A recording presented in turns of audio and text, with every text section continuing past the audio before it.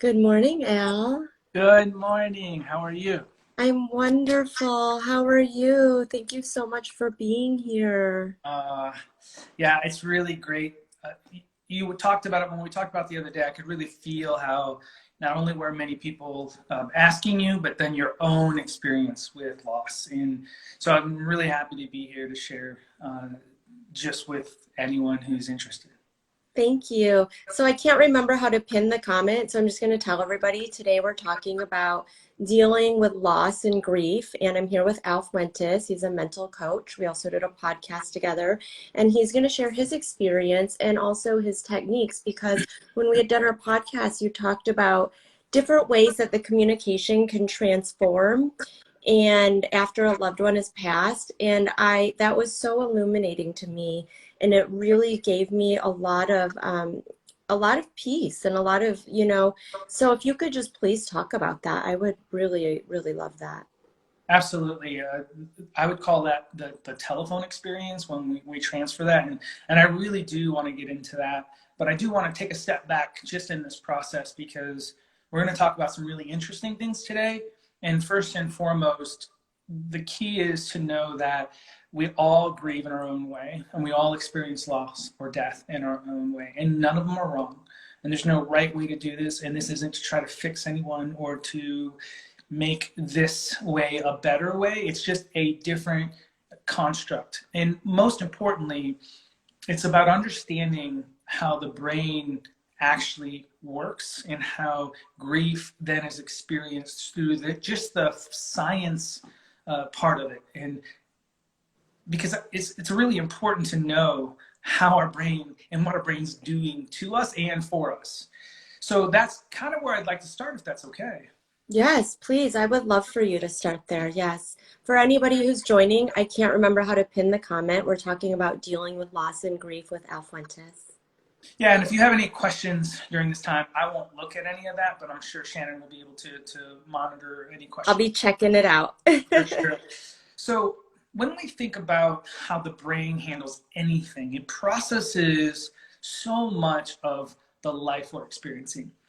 But what it does more than anything is it puts the focus on the most important things at hand, most important things in front of us. So, for example, when we're driving and you think about driving, there's a lot going on there and we have a lot of focus, and that's why texting and driving can be such a bad thing because you're either focused on one or the other. You really can't be focused on both. Some people have a hard time having conversations while they drive because there's so much energy going into and so much brain power going into this one thing. Well, when we experience the loss of a loved one, when we experience death and grief comes into it, which is a completely normal human function. How we experience loss and how we feel sadness, hurt, pain when someone dies or there's an end to anything, it really is very normal. However, what happens is the brain starts to pick up on that mind and that energy and that emotion and starts to build a focus and a priority in the brain of just where it sits in regards to the other things we process. Well, of course, when you go through, and whether it's a sudden death, whether it's a known death, like someone who is slowly dying through cancer or some other form of death, it doesn't really matter one way or the other. All that is that when that actually happens, boom, it's put to the forefront of our experience. And the pain, the hurt, the sadness, the loss, it's just all there. So as the brain looks at all this stuff, it's going to put an immense amount of resources and focus to that experience.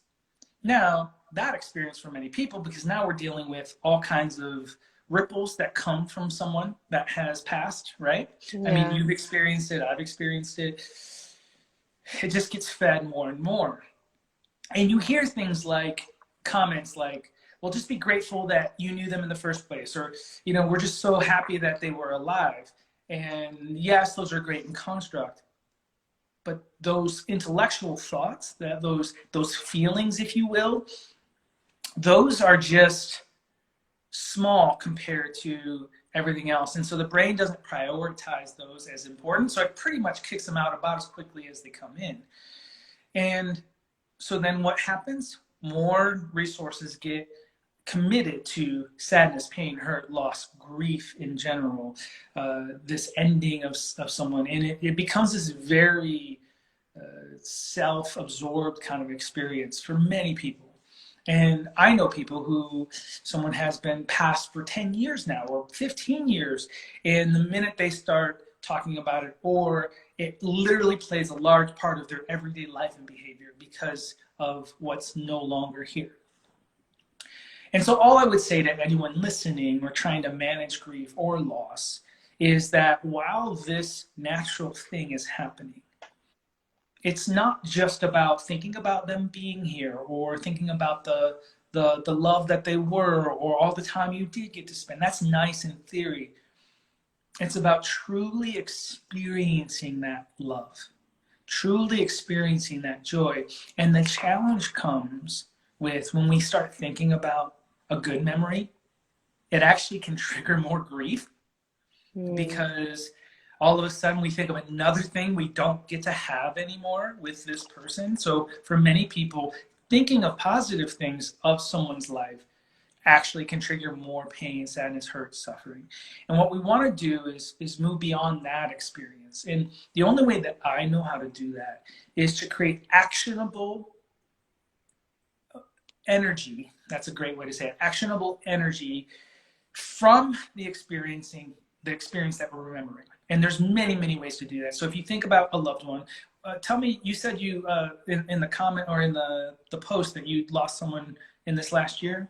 Yeah, just recently to COVID, I mean, he was like a father to me. He was a real influence in my life and somebody that I loved very much and died suddenly. And, their family is really struggling because it was so sudden. So it's like looking back, you're like, oh, of course you're so grateful and you feel at peace that I have these beautiful gifts and I know how to do my life, but it still just sucks and it feels like the person got taken away too fast and it's like struggling or you feel stuck. So how do you feel at peace when you're not at peace? Sure. What's his name, if you don't mind me His asking? name is Bob Elzinga. Bob. Okay. How old is he roughly? Like 73, I think, Okay. around there. Yeah.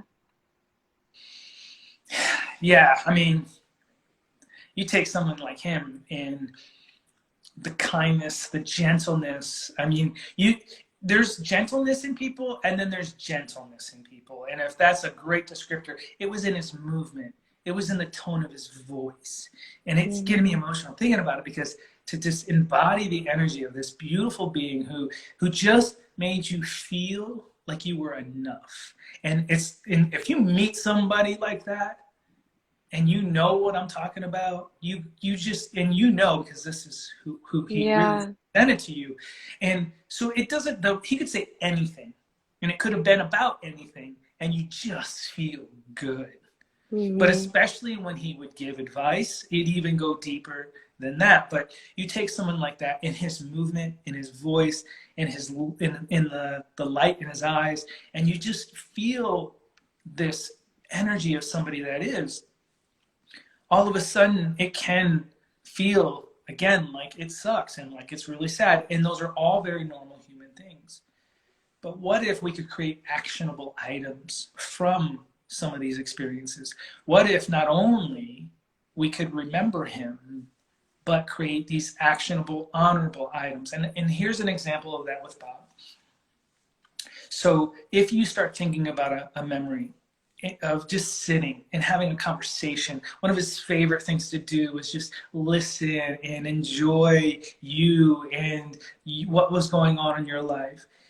What if we could take that memory, that experience, and imagine what is it like on his side to hold that space? But not only that, then make a commitment today to meet with somebody, sit with somebody. It could be someone you don't know very well. It could be somebody you know very well. It could just be somebody where you get to sit and honor Bob through action of holding a very similar space to him the best you can based on your skill set and ability, of course, to him. And it also could be something like for people who like, oh, we used to go and get pancakes every Sunday and we used to do this really cool thing or whatever. Not only doing that action, but inviting the other person, because now you're experiencing Bob on your side. You know what it felt like to experience Bob. And so you want to hold that space and share that experience of Bob with somebody else. So if it is, for example, like every Sunday pancakes, we invite somebody and we create a beautiful intentional energy that was created when you did it with this special person, and then you then recreate that experience with somebody else and then work on creating that special action and special experience. Now that takes a memory and continues somebody's life through action.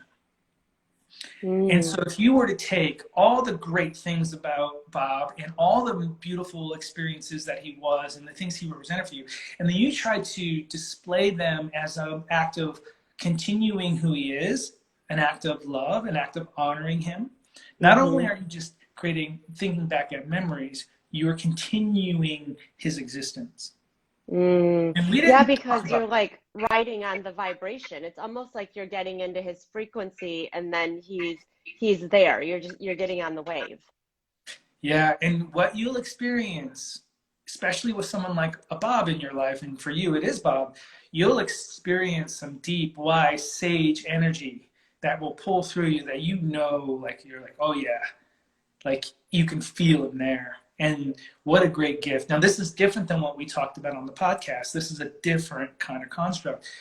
But it's these kinds of experiences that take in now, because what's happening when you experience grief, you're creating a very actionable item with grief too. Sadness, hurt, pain, anger, frustration, because you can get angry about someone as beautiful as Bob going for what seeming is no reason other than obviously COVID is the actual reason, but there's no reason someone like Bob needs to leave this life. I mean, he's too big of a gift, right? Like, why? There's no other reason for him. So those can create anger and frustration, and many people are going to have those same feelings. Understandable.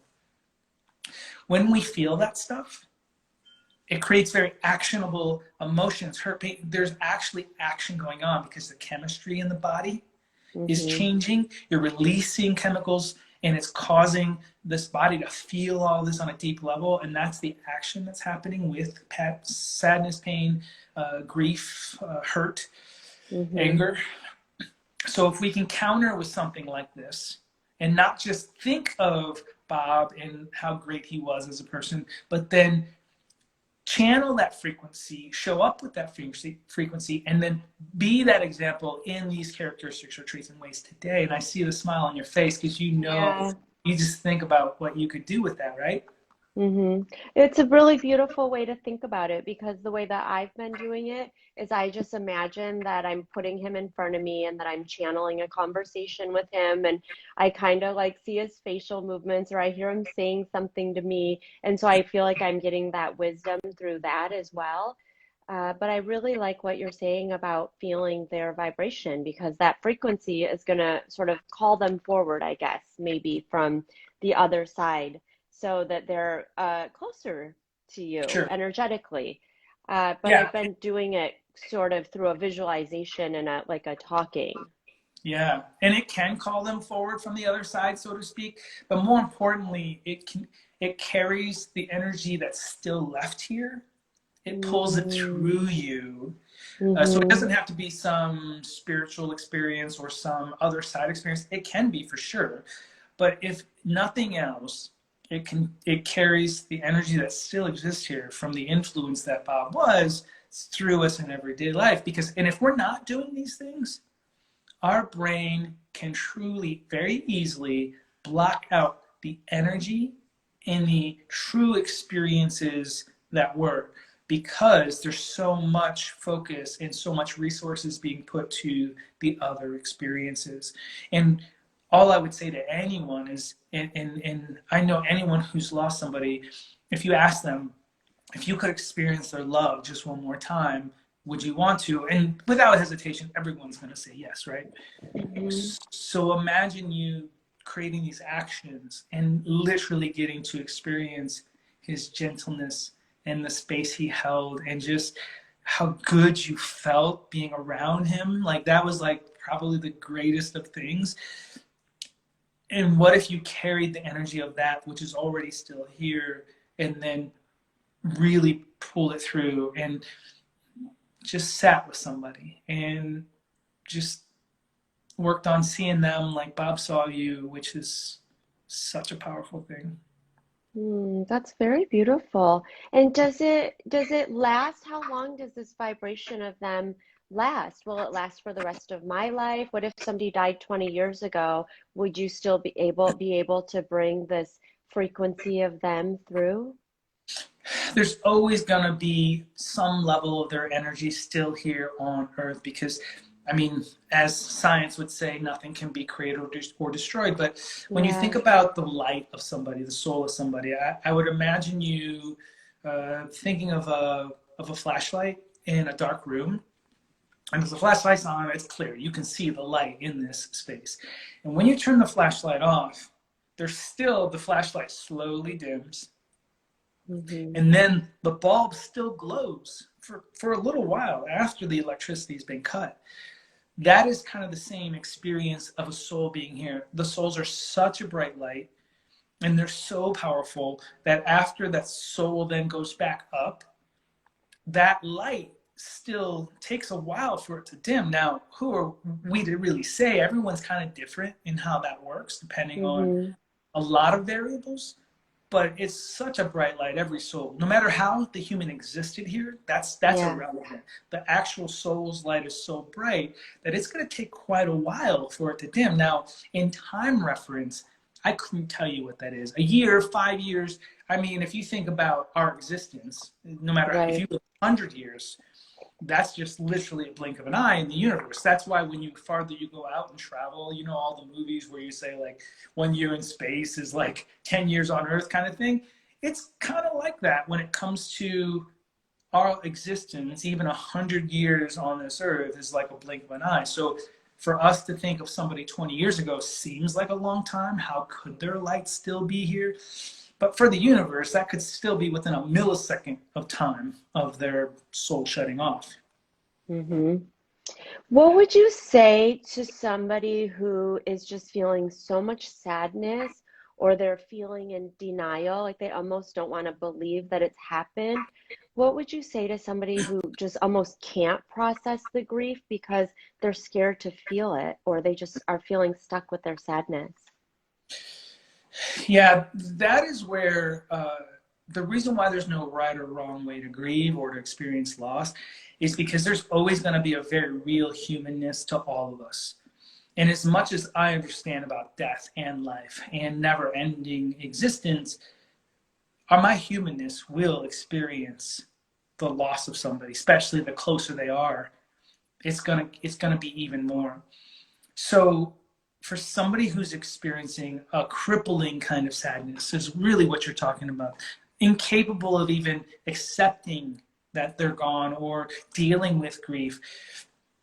These are very normal human things for many people. The only thing I can say to that is to one, give yourself permission to experience what you're experiencing however you're doing it. That would Mm. be the first step, because a lot of times we then end up beating ourselves up even more when we're in these deeper states of emotional space. The second thing would be, honestly, get some support. That would be the second thing I would say. Get somebody outside of you to hold space, to even just be a friend, to be a different kind of vibration than what you're experiencing, because that alone, they don't even have to give you advice. They can just be a high or a positive vibration support for you. That would be the second thing. Third, then it would look like this experience of just creating a very human, I would say, cataloging of this person and the all the gifts they were to this world. Now that's going to do a couple of things. It's our human brain that's preventing us from dealing with even the reality of someone's death or the experience of wanting to try to process it or grieve. Mm. And so it's that same human brain that can start creating a catalog of positive things of this person. Mm. Because again, this is on the surface, still some version of counter Hmm. to, I understand because almost when you're not able, when you're in denial or you're in so sadness and stuck, it's almost like you would be blocking that frequency from coming through. Mhm. Yeah. Okay. And Hmm. so we do just like a data download from real life, not from anything else, but just like, Sure. okay, who is this person? What did they mean to you? What were all their great traits? What positive memories? And let's start really building some of this stuff. Now, again, this can trigger more sadness, and it's understandable if it does, but you have to start stepping and walking into it on some level. You have to Hmm. be able to um, start cataloging on a human framework all the beauty on some level. So if we just start by writing, and other people who have better space or maybe a better ability just due to the fact that they have some other experiences with death, so it's not their first experience and they have a little space to be able to consciously process it a little differently, then they can Hmm. start going into celebrating them through action and experiencing them that way. But then there's one other approach to this. Now, this may not be for someone who is in such sadness that they can't get beyond that. Those people, on the basic level, just be okay with yourself, get support around you. It doesn't have to be a counselor. It can literally just be a friend who's going to hold a positive space for you, and you just know that there's this positive experience happening around you. That can be enough. Now, if you did seek a counselor or a psychologist or some support system of a coach, then that's great too. Uh, Hmm. but at least you can start with simplicity. It's just baby steps at first, Yeah. and then give yourself room. Then, and then obviously moving into action. But this next step is something you and I talked a little bit about, which is what you actually did with Bob, which is the telephone experience. And I would say that this is something for most people who want to talk about this elevated experience of life itself more than dealing with loss. It's a little bit different, but it also addresses all the same things. So if you think about the telephone and how long it's been around for quite a while. I mean, it's evolved over time.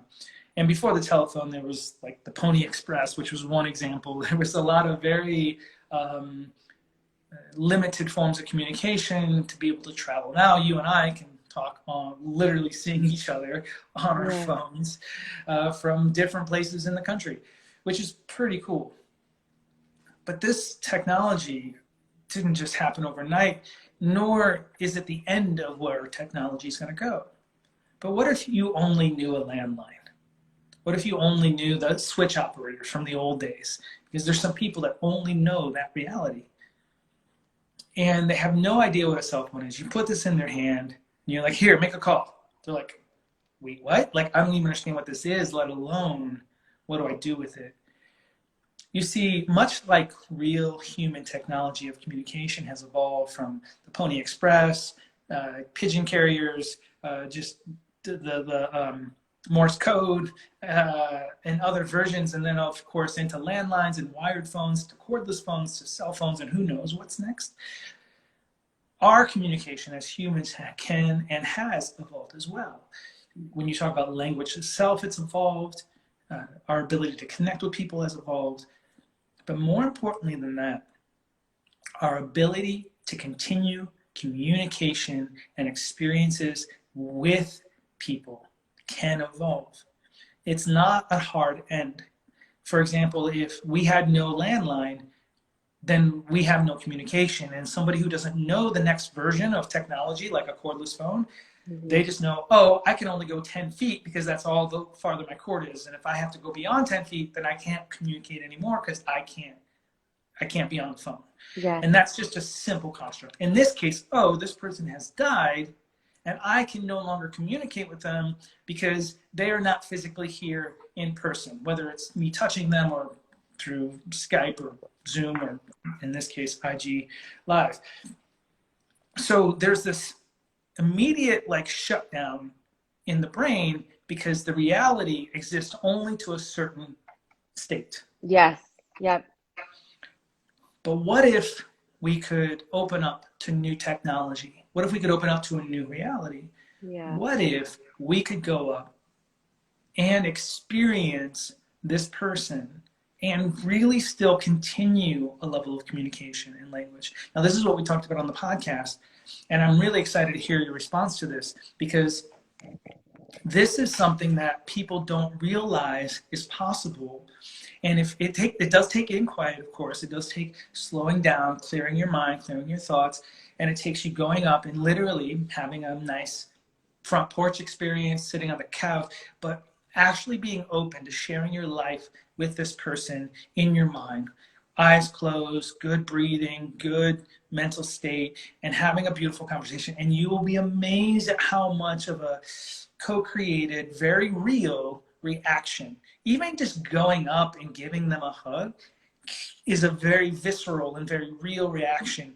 And it's not limited by them physically being here. It's not limited by this construct, because we're all connected on this deeper level, and that's proven all the time by you thinking of somebody and all of a sudden they call you, or you having the same thought of somebody and you guys both share it at the same time. We're just all connected beyond physicality. So if we can get people to a state of an evolved level of communication with somebody on the other side, and we can continue the relationship just in different form. Now there is a real like you and me being able to touch each other kind of feeling. Sure. But can still be a very deep love, very powerful interaction, and a very big experience happening.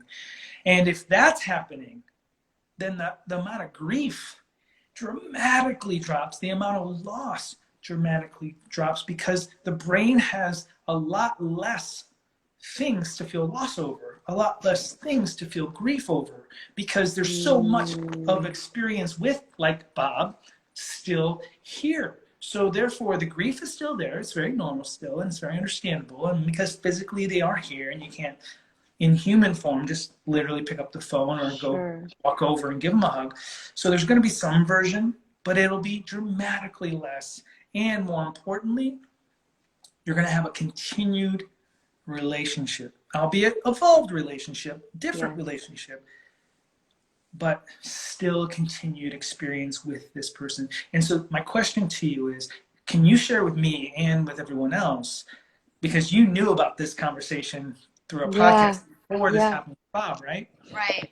Talk more about your experience of allowing yourself this new technology or this new way of communicating, and tell me more about how that worked for you with Bob. Yeah, I started doing it right away. I could almost kind of feel him. I would feel him maybe like tap on my shoulder. And he has this kind of one really angelic look that he does, like really sweet, and smiles. And I could see him smiling like that at me. And I would actually had a lot of conversations with him, probably more than in this physical realm, because, you know, they live in a different state. So I wasn't calling them every single day. And I was really feeling him here. And I thought I was making it up, but at the same time, I knew it was probably real.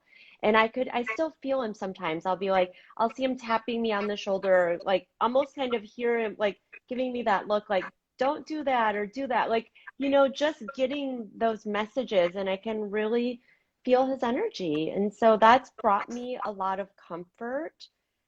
But, you know, and I don't know if I'm making it up or not, and it doesn't really matter, because I feel like that's the way, but I had known this technique from what we had done. And so I incorporated it immediately. And I feel like we've been talking this whole time. Well, I'll have to tell you, you're not making it up, or we're really making everything up then. Like I'm making up this conversation with you right now. We're making up this framework, this reality as we go. Like we've made up this concept of cars. Yes and no. Like we're either making everything up or we're making nothing up. And this is that case. I truly believe, and you know, when you feel those physical taps on the shoulder, when you see those looks, and they're at very opportune times, or when you hear some advice from him, those are coming from this much bigger guided place. Now, whether you're tuning into your own wisdom and he's representing that, or whether it's truly from his soul path and his wisdom and he's bringing it to you, what's the difference at this point, right? Right. But I would tell you that that would be to kind of dissolve our own human framework of like, are we making this up or not? Well, what's the difference at this point? However, what I would tell you in truth is, no, especially with someone like a Bob who's so powerful, you are definitely not making this up. And the experiences really prove that. I truly believe that, because there's a lot that we can pretend, but there's enough proof here for you that you haven't even shared with me in this experience that would tell you you're not making it up.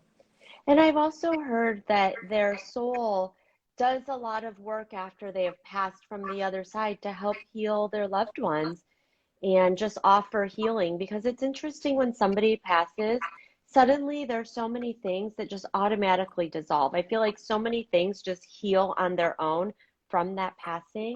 And I think it's a really beautiful conversation. I'm really, really happy that you shared all of these things with us, and just, to give a different perspective and just kind of help soften some of those feelings of loss and sadness. Yeah, and it's important too, because as much as grief is real and loss and sadness and hurt and pain and suffering is real, especially in these constructs, I just want to see people experience the total experience, not just the experience that almost is a snowball effect, that it starts because of something very traumatic, especially with Bob, very sudden, and then it just snowballs out of control, out of your own control, and all of a sudden we're paralyzed, or we feel less than we did before because of this absence of somebody. And I can tell you, and I know you know this, but for the people out there, there is not a person out there that is on the other side that would want you to have a lesser experience because they're gone. They want you to have more. In fact, death in and of itself is designed to give us more life, not less life. And while grief is a normal thing, if it snowballs out of all of our controls, myself included, then we are definitely having a lesser experience, not a more experience. And so the Bobs of the world, my father, the experiences, if we can use all of these variables, including strangers, people we don't know, like if some chaos happens in the world and somebody dies as a result, we're not meant to use that as a reason to be angry and why are we like this as a society, or why is humanity this and that. If we use these to remember the magic of the world and life and the purpose we're here for, it isn't for whatever trauma or chaos or struggle that happened. It is to bring the love, the magic. So you don't even have to know them, and you can still feel anger, loss, grief, sadness, hurt, pain, and you can just feel justified, because what a horrible way to die, and they shouldn't have done this, and this shouldn't have happened, and that shouldn't have happened. But again, even that kind of death is meant to give us more life. And if we use those little things, or they can be big things, because we can create a lot of big anger from that, or if we use the Bobs of our life, or like my father, and we miss it, man, I just want to see people not miss it, not miss the total experience. Yes, there's going to be grief. That is a part of the experience. There's hurt, sadness, pain, loss. That is part of it. But there's also an immense amount of actionable love, joy, happiness, living to be done from this. And so that would be, and for you with Bob, I would say the only thing I would add for you is to get a little more deliberate. And maybe you have, but I would say, all right, like, teach me some things to support me holding a bigger space. You knowing what you know up there, Bob, you've got some more insight now to some things. I want you to bring me some bigger messages. Let's have a conversation. What about this? What about that? And you actively bring like thoughts, or hey, what do you think about this thing that happened, or what are we meant to learn from this human experience, or what are we meant to learn from that, and see if you can tap into his even greater wisdom now that he's up in this bigger space. Because you're right, all the souls that pass, they really do still do a lot of work while especially just after they pass, to kind of support and elevate human consciousness. And so they show up in a lot of ways. They do some really cool things, and they talk through animals. They show up in little the lights flickering. It's really cool. But more importantly than that, they desire your evolution. Mm. That is so very beautiful. I also really love what you said about, when your brain is filled up with this grief and sadness, you don't have any room for anything else. So by kind of starting to move some of that into actionable steps or raising your vibration or bringing that higher energy down through, it starts to open up some of that brain space and move it away from grief and move it toward a more vibrant frequency. I really love that, and I love the action steps and everything that you've shared today. It's really beautiful and so helpful, and it's such a wonderful perspective to have because it shifts the experience. Even if it just shifts it a tiny, tiny bit, that could be enough to help somebody get through the day today. Absolutely.